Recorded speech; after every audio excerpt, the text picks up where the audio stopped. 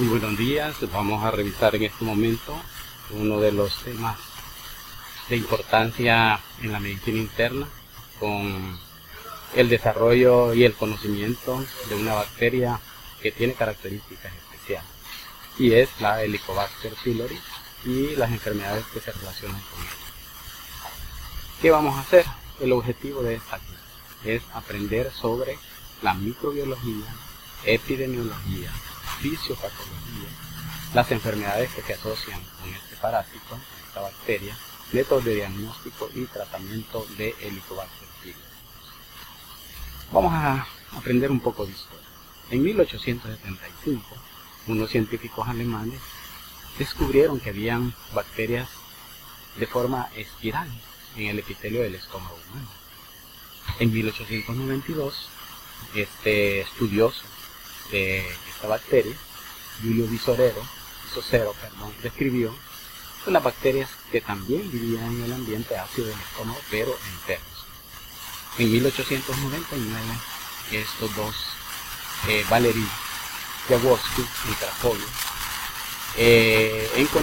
investigó experimentos de lavado gástricos de personas y encontró que había bacterias en forma de espiral y le llamó por este nombre, Vibrio fungi.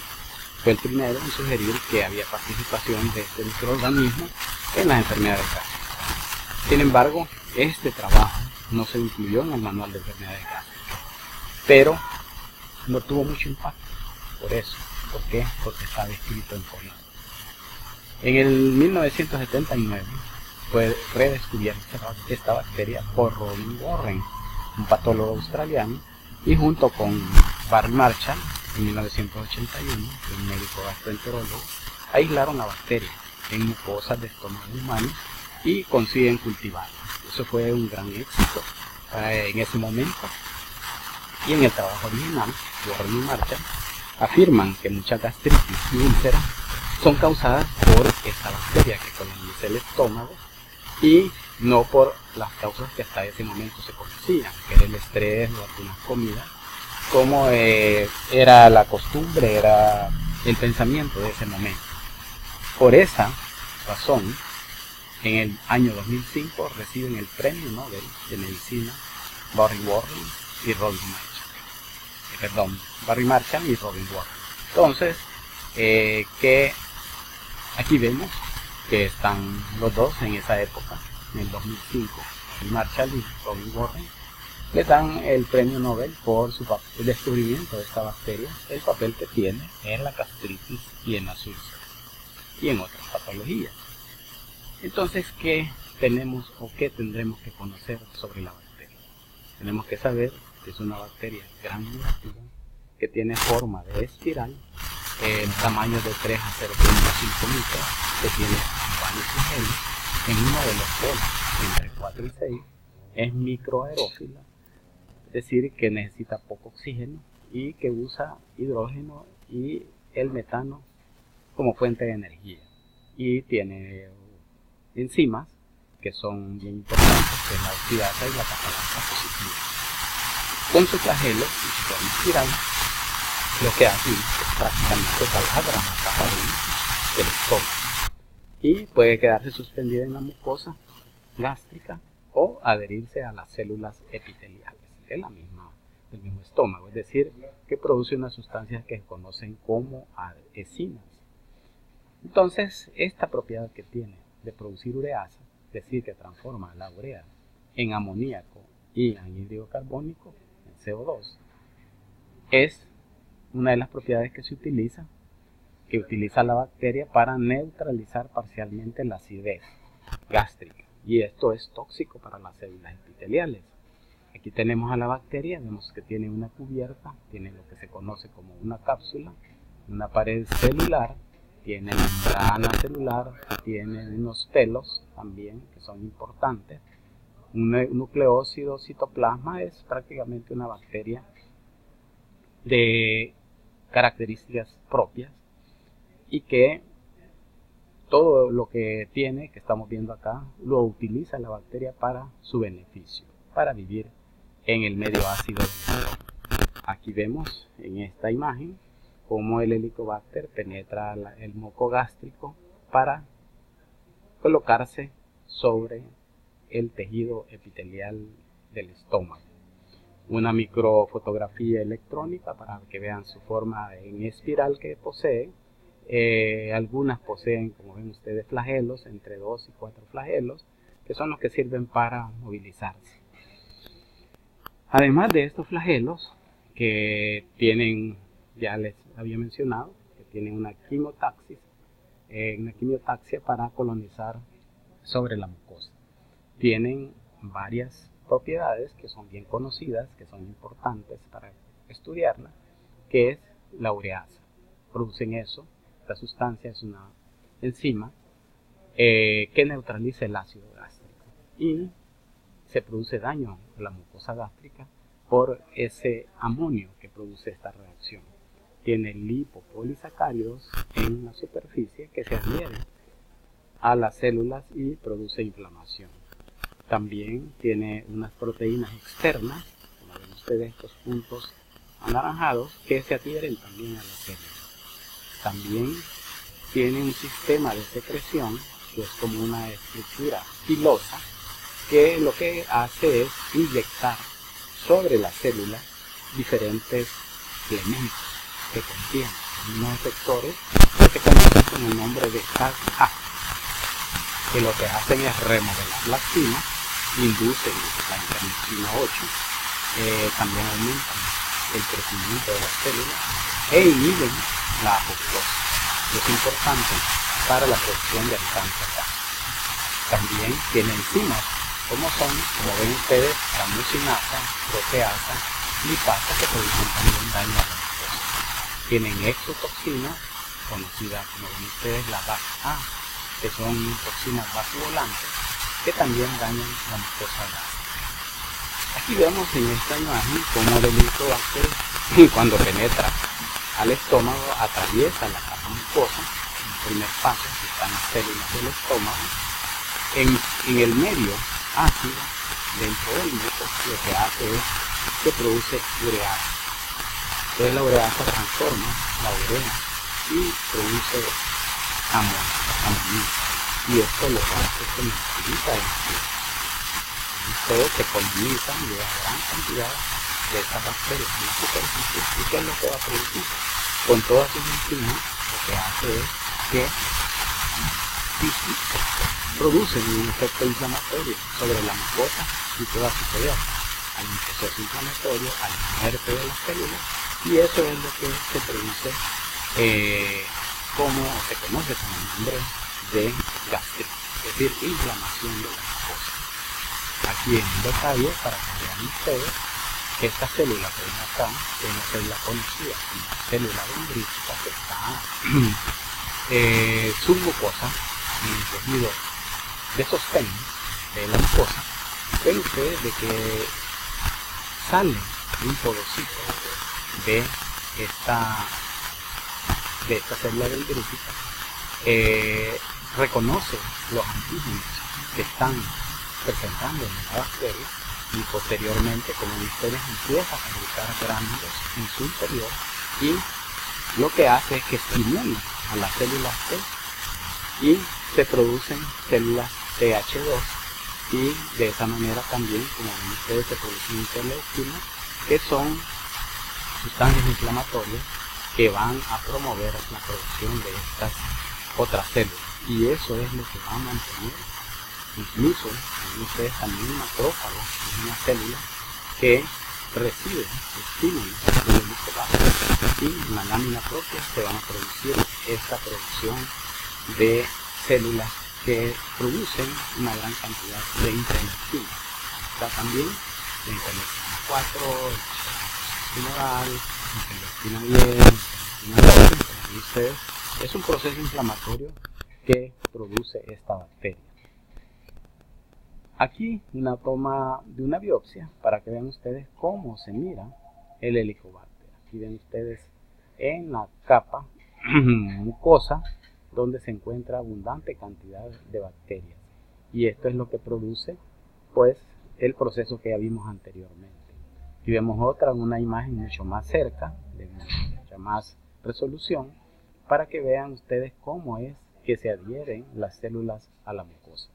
Una de las teorías también que existe es de que esta célula en pocas ocasiones penetra, daña las uniones fuertes que hay entre las células y algunas pocas ingresan a la mucosa, pero no es un caso común, sino que solamente es para que ustedes conozcan que también pueden entrar, pero no es el efecto más importante.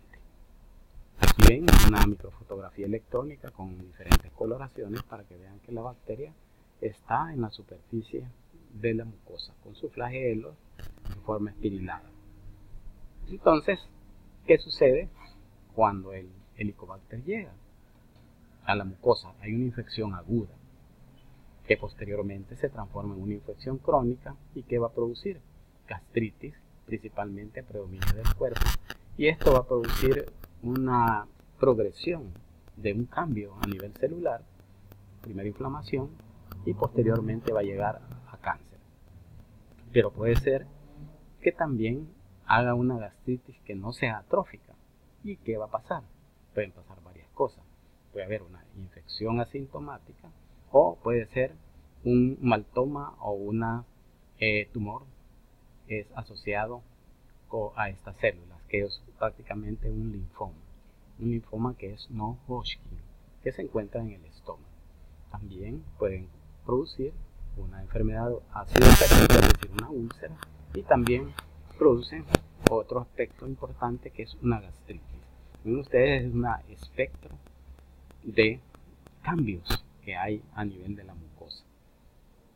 Entonces, ¿cómo es que se produce la infección? ¿Cómo se adquiere? La transmisión se ha visto que es oral-oral o fecal-oral. Se adquiere a través de una transmisión, a través de la madre hacia el niño, o también puede ser en los niños fecal-oral, debido a la falta de higiene. Esto causa gastritis crónica activa, ya lo vimos, hay un infiltrado, una lámina propia que ya lo revisamos, hay neutrófilos de este tipo, macrófagos, mastocitos, y lo que ya habíamos dicho, no es importante el efecto que tiene el Helicobacter pylori invadir la mucosa, sino con solo estar sobre la célula es suficiente para que la bacteria produzca el daño que ya conocemos. Luego, que provocan alteraciones atróficas, incluso hay un cambio de mucosa que se conoce con el nombre de metaplasia.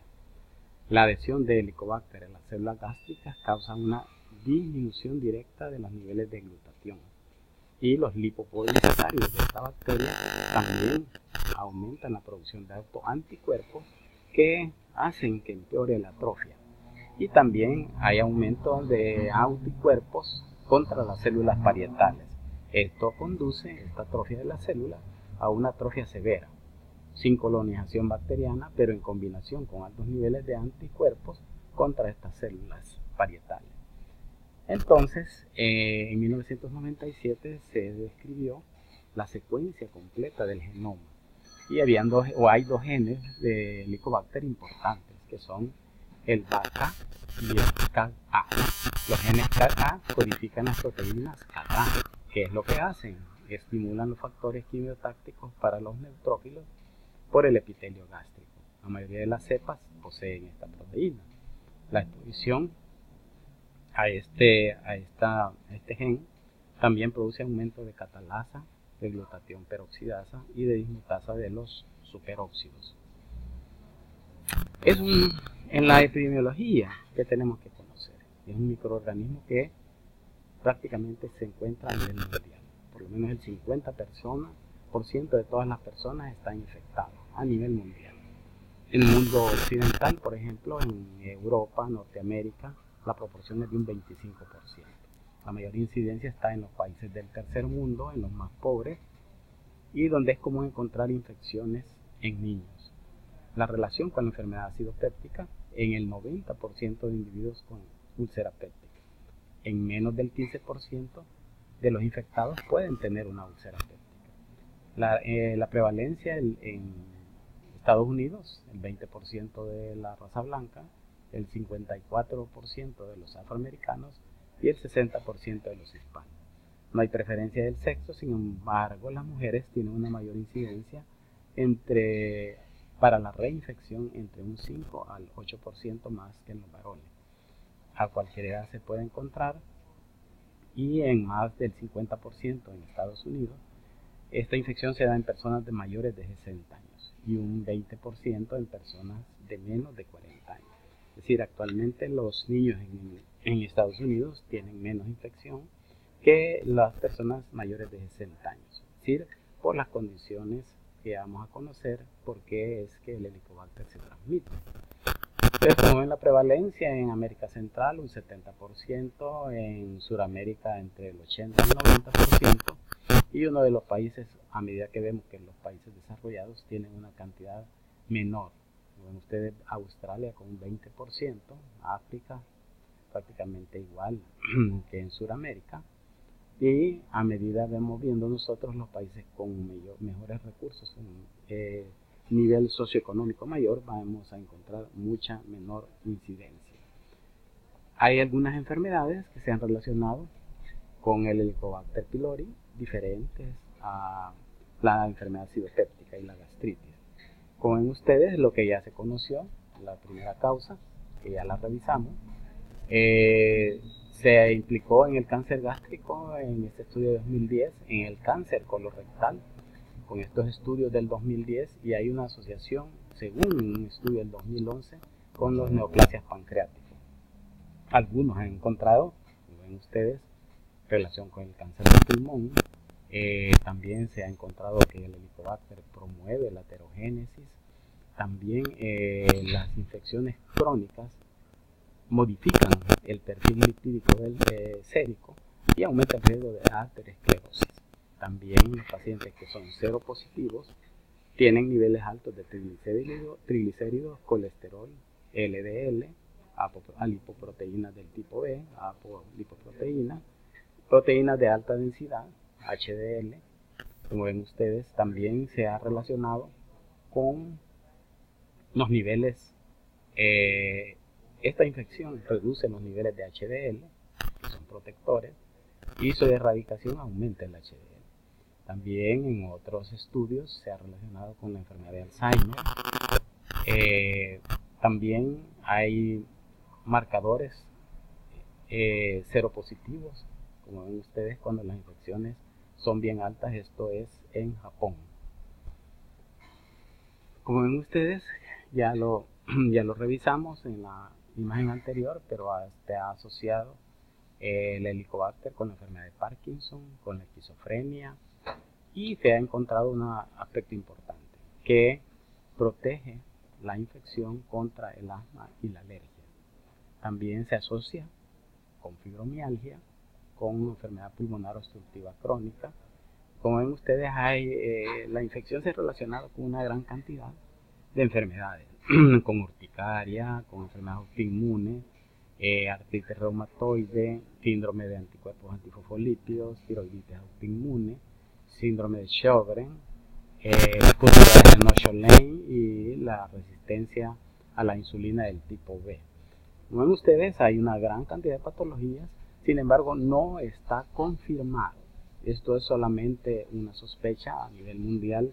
Todavía vamos a ver más adelante, que enfermedades sí están estrechamente relacionadas con la bacteria y por eso hay que darle tratamiento.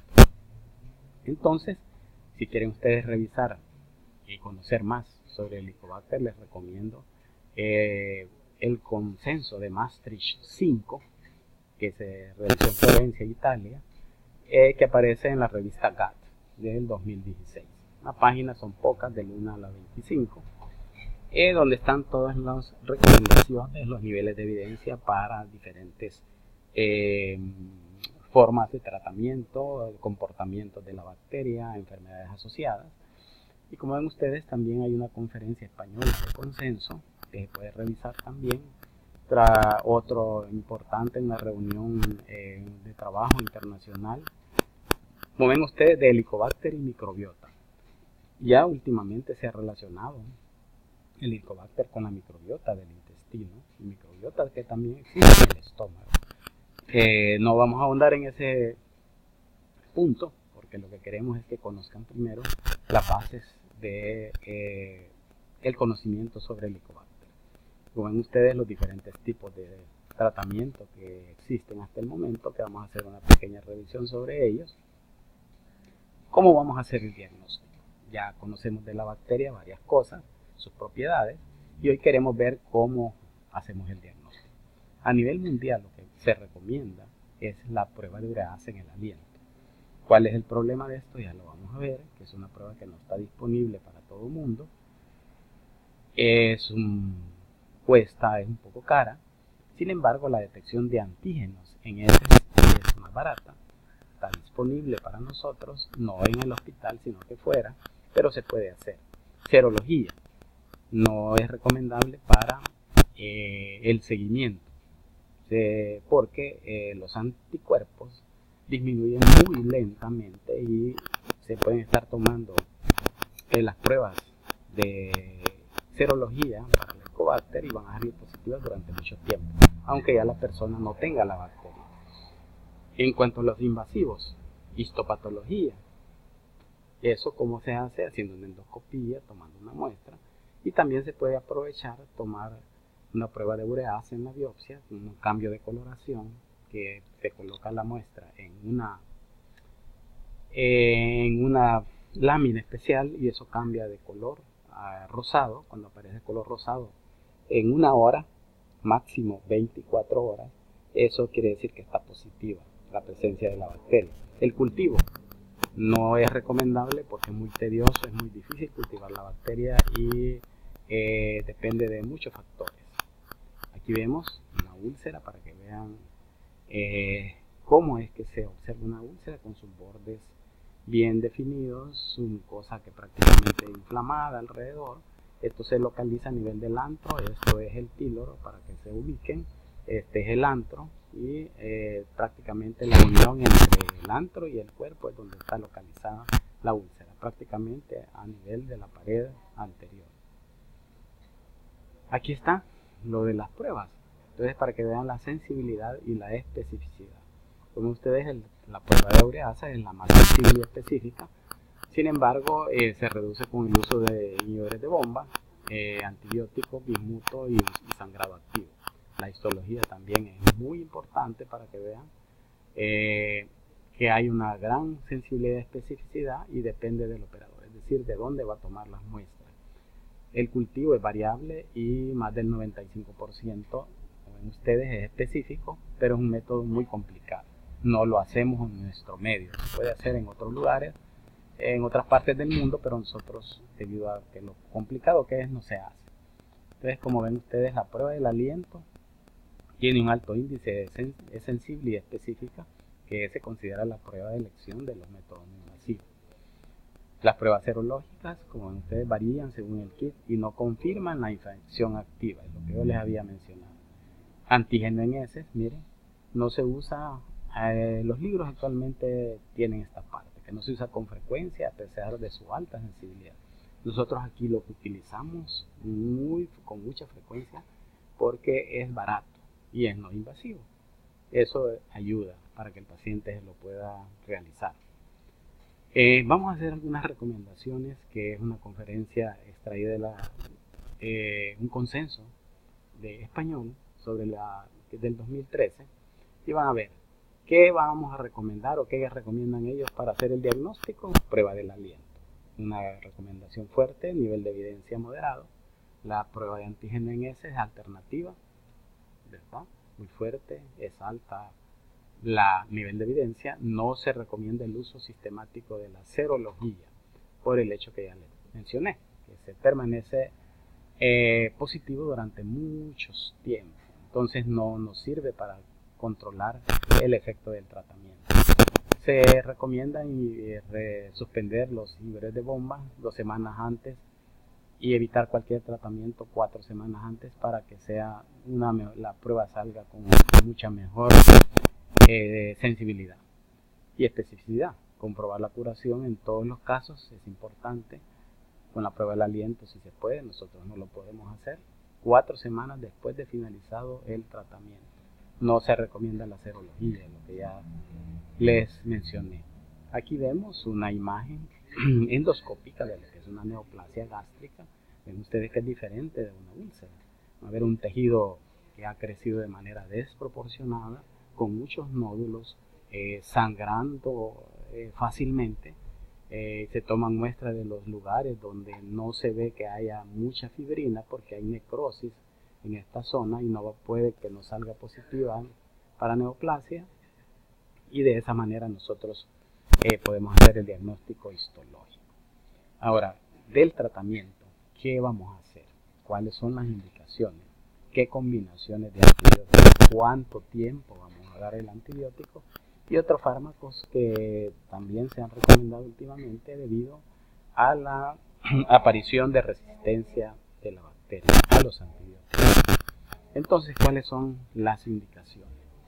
Se debe ofrecer este tratamiento a todo paciente que se diagnostique la infección y muy especialmente en estas condiciones. Primero, úlcera péptica. Eso es indudable. Vemos un paciente con úlcera, le damos un tratamiento que se conoce como de erradicación para la bacteria y ya vamos a ver los diferentes esquemas. Aquí son solo las indicaciones. Dispepsia no investigada, menores de 55 años sin signos de alarma.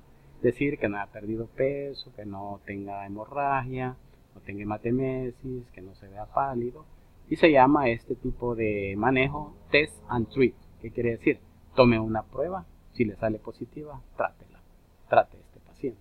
Dispepsia funcional. Pacientes que se quejan de mucha llenura, de gases, de ardor en epigastrio. Y usted le tiene que hacer la investigación para la bacteria. Si está positivo, pues le da tratamiento. Si no, investiga a qué se debe esa dispepsia, porque pueden ser varias causas. Antecedentes de úlcera que van a requerir que usted le dé antiinflamatorios, no esteroideos o aspirina.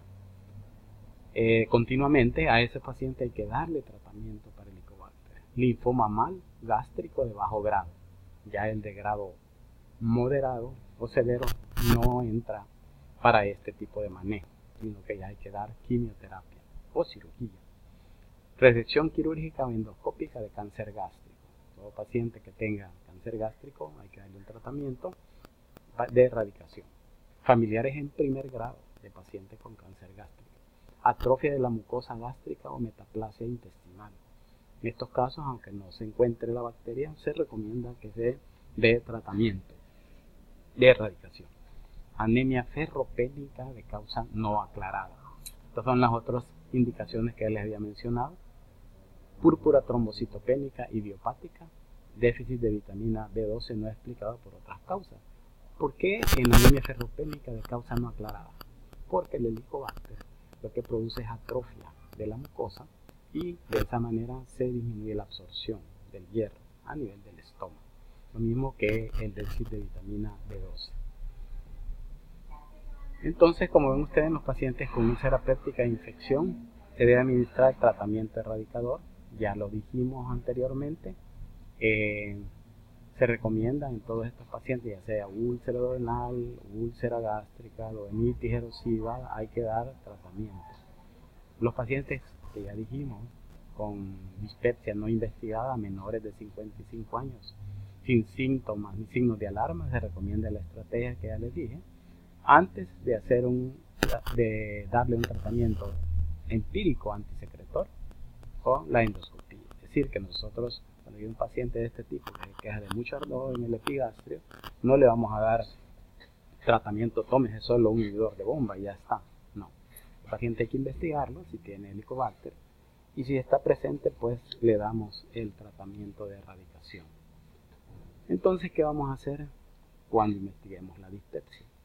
Si el paciente es Helicobacter positivo, después de investigarlo, puede ser con una endoscopía o puede ser solamente con las pruebas que ya les mencioné, ¿qué le vamos a hacer? Darle tratamiento de erradicación. Mejoró de sus síntomas, mantenerlo con una liberación sostenida, con tratamiento después de entre 6 meses aproximadamente 12 meses. Esto era una dispepsia asociada a Helicobacter, porque el paciente presentó la bacteria de manera positiva. Pero si el paciente recurre los síntomas a pesar pesar de haberle dado ya el tratamiento, ¿esto qué es? Es una dispepsia funcional. No responde a la erradicación. Siempre se considera que es una dispepsia funcional. Entonces, ¿qué hay que hacer? Se recomienda el tratamiento. Si tiene las molestias y tiene la bacteria positiva, darle un tratamiento de erradicación. Los que ya vimos que son los pacientes que van a requerir que le den antiinflamatorios de manera continuada, no se recomienda investigar y tratar sistemáticamente la infección por Helicobacter. Ya de esto, aunque en este momento se ve como una recomendación débil y el nivel de evidencia era bajo, actualmente ya se recomienda que sí, a estos pacientes hay que mantenerlos con tratamiento de erradicación. Es decir, darles tratamiento de erradicación, sí les vamos a proporcionar antiinflamatorios durante mucho tiempo. Los que tienen antecedentes de úlceras, que también van a requerir de manera continuada, se recomienda investigar la bacteria y también darle tratamiento. Aquí está lo que ya les había dicho: el linfoma mal tiene que ser de bajo grado a nivel gástrico y hay que investigar la infección, y la primera opción de tratamiento es la erradicación.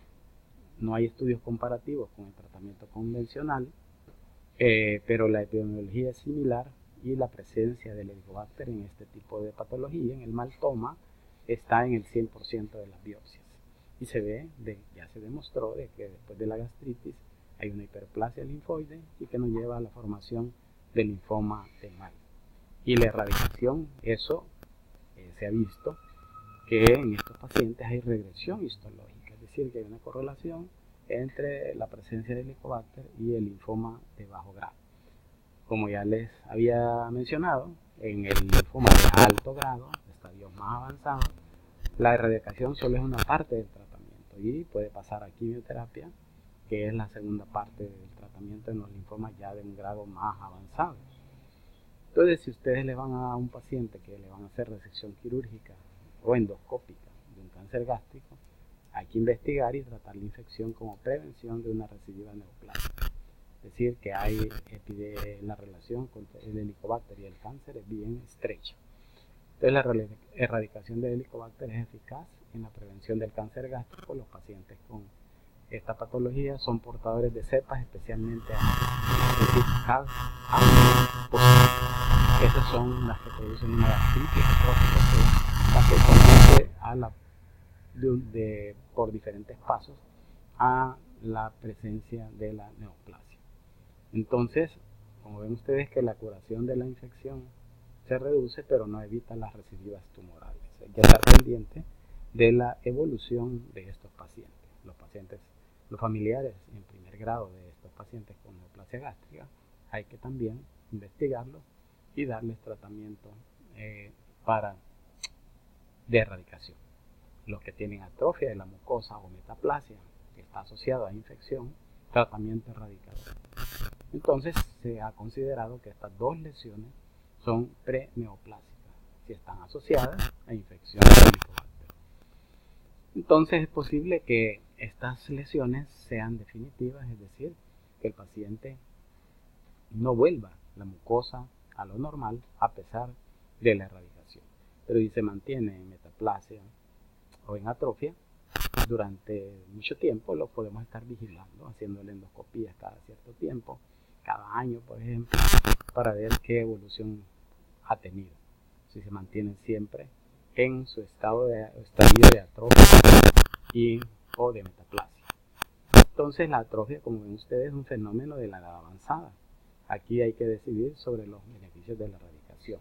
Por eso es que siempre mejor hay que investigar si está presente la bacteria. Entonces, los pacientes que van necesitando tratarse continuamente con inhibidores de bomba,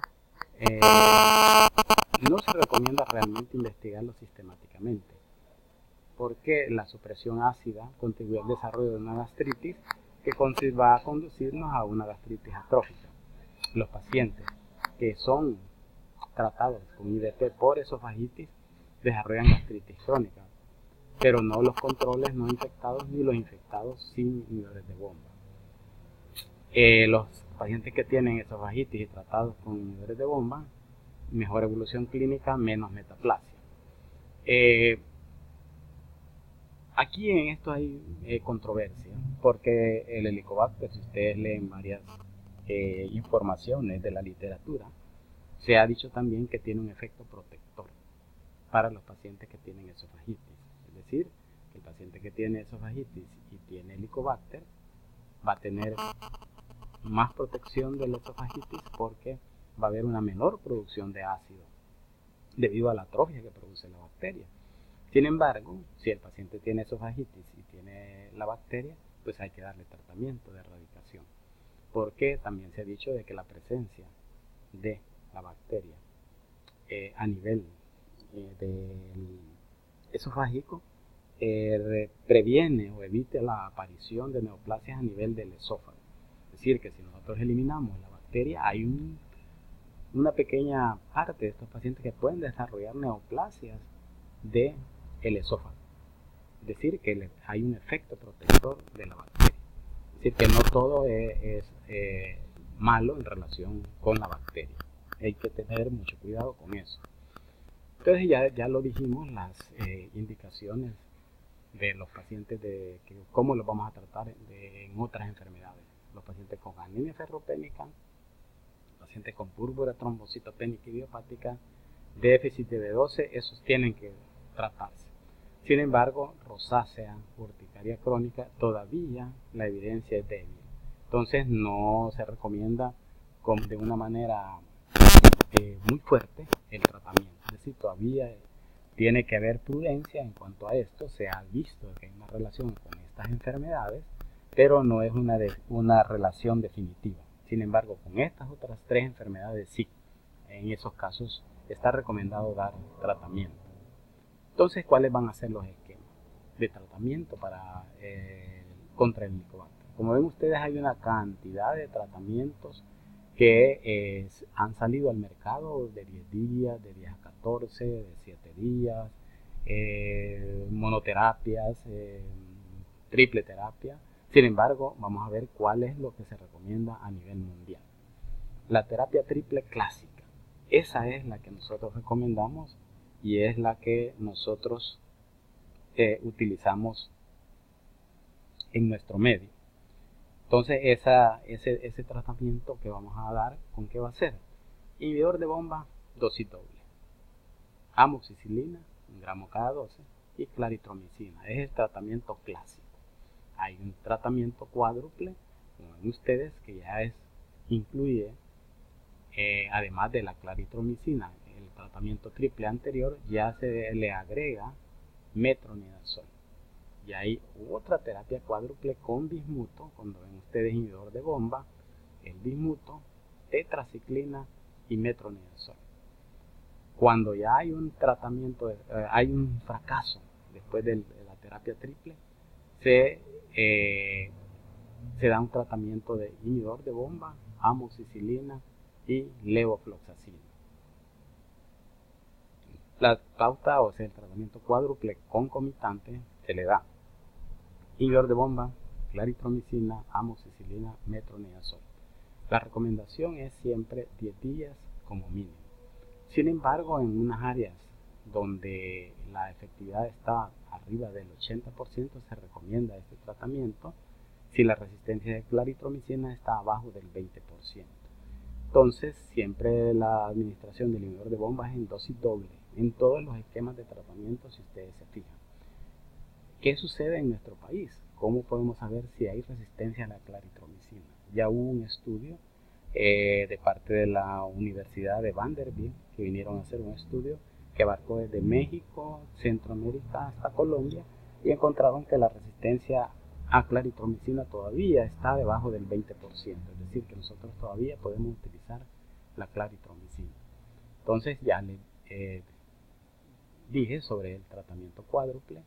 Este tratamiento también secuencial, que también se conoce, lo van a encontrar en el libro de Harrison, que se conoce como tratamiento seriado, que primero se dan 5 días de inhibidor de bomba más amoxicilina y después se terminan esos 5 días y después se siguen otros 5 días con inhibidor de bomba, claritromicina y metronidazol. Y hay una terapia cuádruple concomitante. Entonces hay muchas recomendaciones.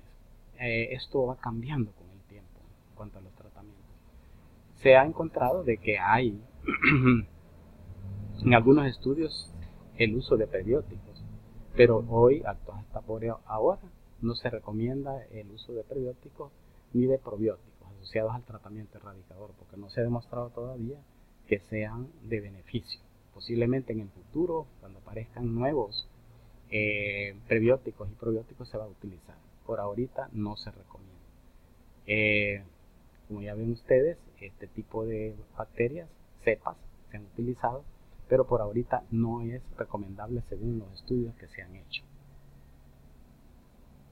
Entonces, muchas gracias por su atención. Esperamos que haya sido de utilidad la presentación de esta plática. Mañana vamos a reunirnos y vamos a discutir sobre casos clínicos, algunas dudas que tengan. Yo les recomiendo que vean esta clase. Es un resumen de algunas recomendaciones o del conocimiento que hay actualmente sobre la bacteria, para que vean que no solamente se relaciona con la gastritis, también está relacionada con otras enfermedades, como ya se sabe, con el cáncer gástrico, que es uno de los temores que tiene la población y también muchos médicos. Sin embargo, si ustedes revisan en el libro, van a ver que de toda la cantidad de pacientes que están infectados con la bacteria, no todos van a desarrollar cáncer gástrico, porque en la población existe el temor: tengo la bacteria, ya me dio cáncer, y eso no es así. Tiene que haber predisposición genética, polimorfismo genético que se conocen, la presencia de la bacteria, y no todas las cepas de la bacteria causan cáncer gástrico, solo las que tienen CAG A positivo. Sin embargo, nosotros en nuestro medio no las podemos clasificar todavía, pero es de saber, de conocer de que estos pacientes que tienen este tipo de cepa son los que tienen tendencia a desarrollar más neoplasia. La mayoría de pacientes que tienen la bacteria tienen solamente o un proceso de gastritis crónica, otro pequeño porcentaje tiene la enfermedad acidopéptica, ya sea úlceras gástricas o duodenales, y un pequeño porcentaje que varía desde el 0.1 al 3% son los que van a desarrollar cáncer gástrico. Por eso es que la importancia de la historia clínica, el examen físico, el uso racional de todos los estudios para confirmar o descartar la enfermedad acidopéptica o la gastritis o la dispepsia funcional. Por supuesto, van a haber casos muy diferentes, cada paciente es muy distinto. Tenemos que tener un gran cuidado al momento de evaluarlos, porque de esa manera, si nosotros tenemos el cuidado de obtener una buena historia y de examinarlo, vamos a encontrar cuál es la verdadera causa de su síntoma, de la sintomatología que tiene. Entonces nos vemos mañana. Vamos a aprovechar mañana para poder resolver dudas. Les voy a presentar algunos casos. Les recomiendo, como les digo, que lean, que estudien, porque este tipo de patología van a ver ustedes que hay muchos cambios que se van dando día con día, y por eso es importante que conozcamos de qué se trata esta enfermedad. Muchas gracias, pasen buenos días.